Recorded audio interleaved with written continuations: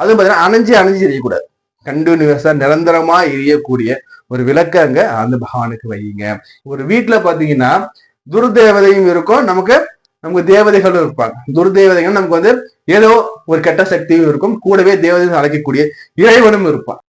நம்ம செய்யக்கூடிய காரியத்தை பொறுத்து நம்ம அந்த தெய்வத்தை நம்ம சக்தியை வளர்க்கிறோமா இல்ல அந்த துர்தேவ சக்தியை நம்ம வளர்க்கிறோமா நம்மளோட செய்கையில இருக்கு.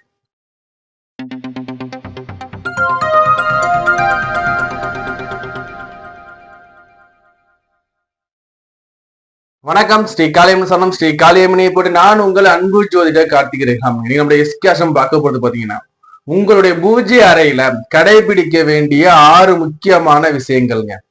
இந்த 6 முக்கியமான நம்ம தவற விடும் போது நம்ம வாழ்க்கையில என்னடங்க சறுக்கல்கள் நமக்கு ஏற்படுங்க. சறுக்கல்கள்ல முதலானது பாத்தீங்கன்னா ஃபர்ஸ்ட் தனம், அதாவது பணம். அடுத்தபடியா உடல் ஆரோக்கியம், அடுத்தபடியா திருமண தடை, காரிய தடை, கல்வியல் நாட்டமின்மை, உடல் சோர்வு, கெட்ட சொப்பனம், கெட்ட பயம், விபத்து, வாகனம், ஏதோ ஒரு தொடர்ச்சியா நம்மளை போட்டு அப்படியே தாக்கிக்கிட்டே இருக்குங்க. நம்ம முழுமையா பாக்குறதுக்கு முன்னாடி நீங்க இப்பதான் முதல் நம்ம எஸ்கேஷன் வீடியோஸ் பாக்குறீங்கன்னா உங்களுடைய விலை மதிப்பு இல்லாத பொண்ணு சவுரி பண்ணி கிளிக் பண்ணி வைங்க. கூடவே பெல்லை கிளிக் பண்ணி வச்சுக்கோங்க. அப்ப நான் வீடியோட நோட்டிபிகேஷன் வந்துகிட்டே இருக்கும். நம்ம வீடியோ லைக் பண்ணுங்க, இந்த வீடியோ ஃப்ரெண்ட்ஸ் உற்றாருன்னு அந்த வீடியோ பகிர்ந்தளியுங்க. அதே மாதிரி உங்களுக்கு ஜாதக அடிப்படையில தீர்வுகள் வேணும், உங்களுடைய இருக்கக்கூடிய பிரச்சனைகளுக்கும், தனிப்பட்ட பிரச்சனைக்கும், குடும்ப பிரச்சனைக்கும், பொருளாதார சிக்கலுக்கும், கடன் தொல்லைகளுக்கும், உங்களுக்கு இருக்கக்கூடிய நெருக்கடிகளுக்கு ஜாதக ரீதியில நீங்க உங்களுக்கு விடுதலை வேணும் நீங்க பிரியப்பட்டீங்கன்னா ஸ்கிரீன்ல நம்பர் கொடுத்துருங்க. எப்பனா கால் பண்ணி கன்சல்டேஷன் வாங்கிக்கோங்க. இப்ப நம்ம போயிட்டு இந்த நம்ம முக்கியமா கடைபிடிக்க வேண்டிய 6 விஷயங்கள் என்ன உங்கள் பூஜை அறையில் நம்ம பார்த்துட்டு வருவோங்க. இப்போ பூஜை அறை, இந்த பூஜை அறை எப்படிங்க இருக்கணும்? முதலாவது சொல்றோம் பாருங்க, பூஜை அறைங்கிறது நறுமணம் மிகுந்த அந்த தெய்வீக சுமலோட இருக்கணுங்க. அதனால தெய்வீக வாசத்தோட இருக்கணும்னு சொல்லுவாங்க. இதுல உங்க பூஜை அறையில எப்பவுமே துர்நாற்றங்கள் வீசக்கூடாது. அப்போ என்ன சார் பண்ணணும்னா, உங்களுடைய வீட்டுல எப்பவும் பாத்தீங்கன்னா இந்த சாம்பிராணி சொல்றோம் பாத்தீங்களா, இந்த சாம்பிராணி நம்ம போட்டுக்கிட்டே இருக்கணுங்க. இந்த சாம்பிராணி புகை என்ன பண்ணும்னா கெட்ட நறுமணத்தை எல்லாம் எடுத்துக்கிட்டு தூய நறுமணத்தை கொடுக்குங்க. அதாவது துர்நாற்றத்தை போக்கி நம்ம பூஜை அறையில எப்பவுமே பாத்தீங்கன்னா ஒரு நறுமணத்தை கொடுக்கக்கூடியது அந்த மகிமை சாம்பிராணிக்கு இருக்குங்க. அதாவது சொல்லுவாங்க, ஒருவனுடைய அந்த இல்லத்துல அந்த பூஜையில இருக்கக்கூடிய அந்த மனத்தை பொறுத்து தான் அவனோட வாழ்க்கை இருக்கும்பாங்க. பூஜை நல்லா வாசமா இருந்தா அவரது வாழ்க்கை வளமாக இருக்கும்னு சொல்லுவாங்க. அதே பூஜை அறை கெட்ட வாடை அடிச்சதுன்னா அவனுக்கு கஷ்டங்கள் வரப்போகுதுன்னு சொல்லுவாங்க. அப்போ நம்ம பூஜை அறையில் நம்ம எப்பவுமே நம்ம இந்த சாம்பிராணி போடணும். இதுல ஒரு நேரம் கேள்வி வரும், சார் இந்த சாம்பிராணி ஒரு நாளைக்கு எத்தனை வாட்டி சார் போடணும்? காலையிலும் மாலையிலும் சாம்பிராணி போடணுங்க. இல்ல சார் அவ்வளவு நேரம் இல்ல சார்னா அட்லீஸ்ட் ஈவினிங் டெய்லி சாம்பிராணி போடுங்க. அதே மாதிரி பாத்தீங்கன்னா இந்த சாம்பிராணிங்கிறது பாத்தீங்கன்னா அம்பாலோடைய அம்சம்னு சொல்லுவாங்க.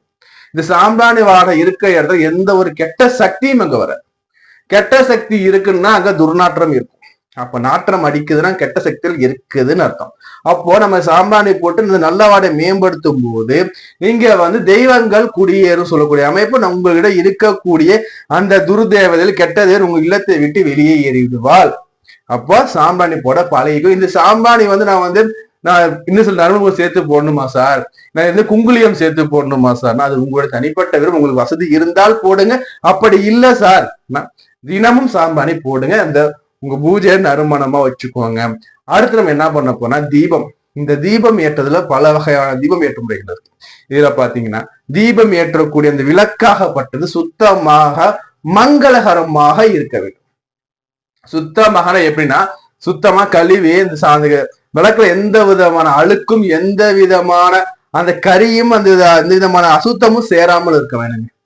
அதே மாதிரி இந்த விளக்காகப்பட்டது பாத்தீங்கன்னா நல்ல நிலையில இருக்கணுங்க. உடைஞ்சலோ அல்லது விரிசலோ இல்ல அந்த விளக்காகவே பழுதுபட்டு இருந்தாலும் விளக்க பயன்படுத்தக்கூடாதுங்க. அதே மாதிரி முக்கியமான இன்னொன்னு இதுல பாத்துக்கோங்க, விளக்குங்கிறது பச்சையை பிடிச்ச கூடாதுங்க. அதாவது மண் விளக்கு ஏற்றவங்களுக்கும் நம்ம வெள்ளியில விளக்கு வச்சு ஏற்றவங்களும் இந்த பிரச்சனை சந்திக்க போறதே கிடையாது. இந்த பித்தளையில இந்த காமாட்சி விளக்கு ஏற்றும் போது அந்த விளக்குல பாத்தீங்கன்னா பச்சை கலரா ஒரு லேயர் மாதிரி ஃபார்ம் ஆகும். இந்த பச்சை கலர் ஃபார்ம் ஆச்சுன்னா அந்த விளக்கை ஏத்தாதீங்க. விளக்க பாருங்க, இந்த விளக்கை நம்ம பார்க்கும்போது பச்சை கலரா இருக்குன்னா நம்ம விளக்கை ஏற்றக்கூடாது. ஆனா பச்சை அங்க வருது, அந்த ஒரு பாசி மாதிரி படிஞ்சிச்சுன்னா அந்த நம்ம சுத்தம் பண்ணிட்டு தாங்க ஏத்தணும். அதே மாதிரி பாத்தீங்கன்னா இந்த விளக்க நம்ம மாசத்துக்கு ஒருக்க, 6 மாசத்துக்கு ஒருக்க, வருஷத்துக்கு ஒருக்க நம்ம வந்து சுத்தம் பண்ணோம்னா விளக்கு அப்படிதாங்க இருக்கும். வார வாரம் விளக்க கழுவுங்க. அந்த காலத்துல பாத்தீங்கன்னா உப்பும் புளியும் போட்டு அந்த விளக்க தேய்ப்பாங்க. உப்பும் புளியும் போட்டு தேய்க்கும் போது இந்த பித்தளை விளக்கு இந்த அழுக்கு, இந்த சேடை எல்லாமே போயிடும். அதே மாதிரி இந்த விளக்குல என்ன நிக்குது பார்த்தீங்கன்னா, அந்த இடத்த நல்லா பாருங்க. உங்களுக்கு பச்சை பிடிக்கூடாது. பச்சை பிடிச்சிருக்கு, அந்த விளக்கு ரொம்ப வந்து அந்த தன்மையை இழந்துட்டுனா அந்த விளக்க மாத்திடுங்க. அந்த விளக்க வீட்டுல வச்சுக்காதீங்க. அடுத்தபடியா இந்த பச்சை படிஞ்ச விளக்குல நம்ம சுத்தம் பண்ணி விளக்கு நம்ம ஏத்தணும். அந்த பச்சை படிஞ்சது கரையாக மாறி அந்த விளக்கோட தன்மையை போயிடுச்சுங்க. இல்ல அது விளக்குல பாத்தீங்கன்னா ஒரு கரும்புள்ளி மாதிரி ஆச்சுங்க. அந்த விளக்குல பாத்தீங்கன்னா ஒரு திட்டா அந்த கருப்பா ஆகி போச்சுங்க. அந்த விளக்க தயவு செஞ்சு ஏத்தாதீங்க, வெள்ளத்துக்கு போட்டுரும். அந்த விளக்க என்ன முறையை நம்ம வந்து விடணுமோ அந்த விளக்கு விட்டு புது விளக்கு வாங்கிடுங்க. இதை நம்ம வந்து மிக முக்கியமா நம்ம பார்க்கணும். அடுத்தபடியா நம்ம பூஜை அறையில ஒட்டடை இருக்கான்னு பாருங்க. சிலர் சொல்லுவாங்க பூஜை அறையில ஒட்டடை இருந்தா மகாலட்சுமி இருக்கும்பாங்க. ஒட்டடை இருந்துச்சுன்னா அங்க சனி பகவான் இருப்பார். சனி பகவான் பாத்தீங்கன்னா பழைய பொருள், அழுக்கடைந்த பொருள், ஒட்டடை தூசிங்க சனி பகவான். அப்போ பூஜை அறையில ஒட்டடை இருக்கக்கூடாதுங்க சார். அதுக்கான டெய்லி துடைக்கணுமானா அதிகமாகவும் துடையக்கூடாதுங்க. பூஜை ரூம் அடிக்கடி தொடச்சோம்னா தொடச்சுக்கிட்டு போயிடும்பாங்க. அப்போ வாரத்துக்கு ஒரு முறையோ அல்லது மாதத்திற்கு 2 முறையோ நம்ம பூஜை ரூம சுத்தம் பண்ணிக்கிட்டே இருக்கணுங்க. அதே மாதிரி இறைவனோட திருவுருவ படமா நம்ம வச்சிருக்கோம்னா அந்த திருவுருவ படம்லாம் சுத்தமா இருக்கும். மேல தூசியோ தும்பட்டை எதுவும் இல்லாம நல்லா சுத்தபத்தமா தொடச்சி வைங்க. மங்களகரமா திலகம் இட்டு வைங்க. மஞ்சள் குங்குமம் பொட்டு வச்சு எல்லா போட்டோக்கு வைங்க. எல்லா போட்டோ பார்த்தீங்கன்னா உடஞ்சல் இருக்கக்கூடாதுங்க. உடஞ்சி போயிட்டா அந்த போட்டோ வைக்காதீங்க. நல்ல போட்டோவை சுத்தமா இருக்கணும். தூசி எதுவும் இல்லாம நீங்க சுத்தமா தொடச்சி பொட்டு வச்சு வச்சுக்கோங்க. சரி, அடுத்தபடியா நம்ம என்ன சார் இங்க பாக்குறோம்னா இந்த பூஜை அறையில இந்த பழைய பொருட்கள் இருக்கும் தெரியுமா? அதாவது பழைய பொருட்கள்லாம் பூஜைக்கு நம்ம பயன்படுத்திய பொருட்கள், அந்த ஊதுவத்தி டப்பா, சாம்பலோட டப்பா, அதே மாதிரி பாத்தீங்கன்னா இந்த பழைய இந்த பூக்கள், நேற்று நம்ம அம்பாளுக்கு போட்டுருவோம், நேற்று சூரிய இந்த பூக்கள் வைக்காத காஞ்சி போயிடல, இந்த பூக்கள்லாம் எடுத்து நம்ம டப்பால போட்டு வச்சிருப்போம். அதை வந்து பாத்தீங்கன்னா 4 நாள் 5 நாள் அப்படியே போட்டு குப்பையா வச்சிருப்போம். ஒண்ணு தெரிஞ்சுக்கோங்க, இறைவனுக்கு சூட்டிய மலர்கள் காஞ்சிட்டா அந்த மலரை எடுத்து வந்து வெளில போட்டுருவாங்க. நல்லா பாத்திருக்கீங்களா? வீட்டோட வைக்க மாட்டாங்க, வீட்டு வெள்ளத்துக்கு போட்டுருவாங்க, கூரத்துக்கு போட்டுருவாங்க. ஏன்னா அந்த பழைய பொருள், அதாவது பழைய பொருள் வந்துட்டாவே அது கெட்டது இருக்கு, அது சக்தி அதுக்கு வந்துடும். இறைவனுக்கு போட்ட மலராகவே இருந்தாலும் காஞ்ச மலருக்கு அந்த அளவு சக்தி கிடையாதுங்க. அப்போ காஞ்ச மலர் நீங்க போடுறோம், நாளைக்கு காஞ்சிட்டா அதை எடுத்து அப்புறப்படுத்தும், வீட்டுல வைக்க வேண்டாம். இத கண்டிப்பா ஃபாலோ பண்ணிட்டே வாங்க. அடுத்தபடியா நம்ம என்ன பண்றோம்னா இறைவனுடைய அந்த நம்ம வச்சிருக்கோம் பாத்தீங்களா, புகைப்படமோ இல்ல சிலையோ இல்ல நம்மளோட பூஜை அறையோ என்ன பண்ணா இருள் அடைய கூடாதுங்க. பகல்ல எனக்கு பிரச்சனை இல்லை சார், பகல வெளிச்சம் இருக்கு சார், இரவு எனக்கு வெளிச்சம் இருக்கணுமா சார்னா கம்பல்சரி அங்க வெளிச்சம் இருக்கணுங்க. இறைவன் நம்ம இருட்டுல வைக்க கூடாது.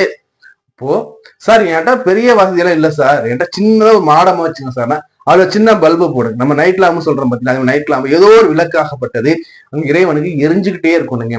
அதுவும் பாத்தீங்கன்னா அணைஞ்சு எரியக்கூடாது. கண்டினியூஸா நிரந்தரமா எரியக்கூடிய ஒரு விளக்க அங்க அந்த பகவானுக்கு வையுங்க. ஏன்னா பகல்ல பாத்தீங்கன்னா வெளிச்சம் இருக்கும், பிரச்சனை இல்லை. இரவுல வந்து நம்ம கும்பிடக்கூடிய அந்த இறைவனை வந்து இருட்டில் வைக்க கூடாது. அங்க வெளிச்சம் கம்பல்சரி இருக்கணும். வெளிச்சம் இல்ல இருட போட்டோம்னா நம்ம வீடு இருள அடைஞ்சு போயிடுங்க. அப்போ இறைவனுக்கு ஒரு விளக்காச்சும் அங்க போட, இல்ல ஒரு மினிலாம் ஏதோ என்ன உங்களை வெளிச்சம் ஏற்படுத்த முடியும் ஏற்படுத்தி வைங்க. கடைசியா சொல்ல போறது பாத்தீங்கன்னா இது மிக முக்கியமானதுங்க. நம்ம பூஜை அறைகளை பாத்தீங்கன்னா இந்த விளக்கு போட்ட பாத்தீங்கன்னா அதே மாதிரி அந்த மந்திர ஓசைகள் அந்த உச்சாரணம் இருந்துகிட்டே இருக்கணுங்க. அதாவது அந்த காலத்துல பாத்தீங்கன்னா 5 பேர் 6 பேர் இருப்பாங்க. ஒருத்தங்க பார்த்தா பூஜையில உட்காந்துட்டு ஓம் நம சிவாய, ஹரி ஓம் நமோ நாராயணா, ஓம் சரணமா ஏதோ ஒரு மந்திரம் சொல்லிக்கிட்டே இருப்பாங்க. அப்போ இந்த பூஜை அறையில பாத்தீங்கன்னா இறைவனோட திருநாமம் ஒழிச்சுக்கிட்டே இருக்கும்னு சொல்லுவாங்க. அப்போ என்ன சார் நீங்க பண்றதுன்னா, எங்களுக்கு அந்த மாதிரி வசதி இல்லையே சார், நான் வேலைக்கு போயிடுறேன், வீட்டுல வந்து அந்த அளவு வந்து அவங்க நாலேஜ் இல்லை சார்னா, இப்ப எவ்வளவோ சிஸ்டம் டெக்னாலஜி வளர்ந்துட்டு இல்லைங்களா? நம்ம டேப் ரெக்கார்டர் விற்கிது, அதே மாதிரி சவுண்டுக்கு தரக்கூடிய ஆடியோ சிஸ்டம் எத்தனையோ விற்கிது.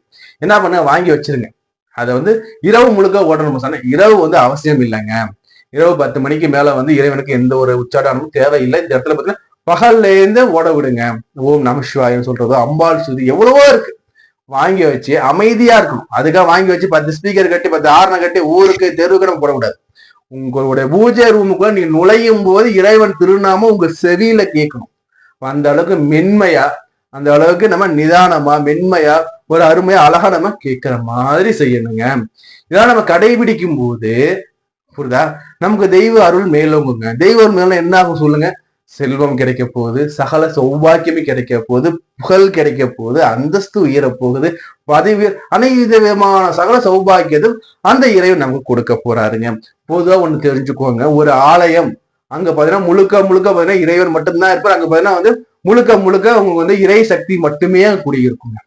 அதுவே உங்கள் வீடாக இருக்கும் போது இரண்டும் கலந்துதான் இருக்கும். ஒரு வீட்டுல பாத்தீங்கன்னா துர்தேவதையும் இருக்கும், நமக்கு தேவதைகளும் இருப்பாங்க. துர்தேவதைகள் நமக்கு ஏதோ ஒரு கெட்ட சக்தியும் இருக்கும், கூடவே தேவதைகள் அழைக்கக்கூடிய இறைவனும் இருப்பான். அப்போ நம்ம செய்யக்கூடிய காரியத்தை பொறுத்து நம்ம அந்த தெய்வத்தை நம்ம சக்தியை வளர்க்கிறோமா, இல்ல அந்த துர்தேவ சக்தியை நம்ம வளர்க்கிறோமா, நம்மளோட செய்கையில இருக்கு. புரியுதா? பொதுவா ஒரு வீட்டுல கெட்ட நாத்தம் அடிக்குதுன்னா அந்த வீட்டுல பாத்தீங்கன்னா ஏதோ ஒரு தீய சக்திகள் இருக்குன்னு அர்த்தம். ஒருவர் மேல கெட்ட சக்தி இருக்குன்னா அவர் பாத்தீங்கன்னா மேல கெட்ட நாத்தம் அடிச்சுக்கிட்டே இருக்கும்பாங்க. இதெல்லாம் சொல்லுவாங்க, என்னப்பா அவன் மேல புனவாடை அடிக்குதப்பா, போய் முதல்ல கோயில போய் கோயில் குளத்துல குளியும்பாங்க. ஏன்? அப்ப அவங்ககிட்ட ஏதோ ஒண்ணு இருக்கு, நீ போயிட்டு கோயில்ல போய் குளியும்பாங்க. கோயில் குளத்துல குளிக்கும் போது சகல பாவமும் சகல நமக்கு பிடிச்சிருக்க பிணி பீடை நோய் நொடி என்ன இருந்தாலும் சரி, என்ன ஒரு தீய சக்தி அந்த கோயில் குளத்துல மூழ்கி எழுந்திருக்கும் போது நமக்கு நிவர்த்தி ஆகிடுங்கிறது ஐதீகங்க. சொல்லுவாங்க, அந்த பழமொழிலாம் இருக்கு.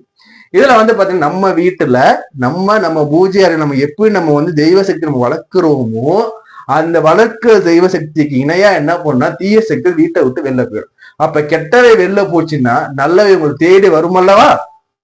இது மாதிரி சுவாரஸ்யமா நிறைய காலையில் தர ரெடியா இருக்கு. அதனால நீங்க பண்ண வேண்டியது ஒண்ணுதான், நம்மளோட சேனலை சப்ஸ்கிரைப் பண்ணி வச்சுக்கோங்க, கூடவே பெல்லையை கிளிக் பண்ணி வச்சுக்கோங்க. நான் உடனடியா வந்துகிட்டே இருக்கும்.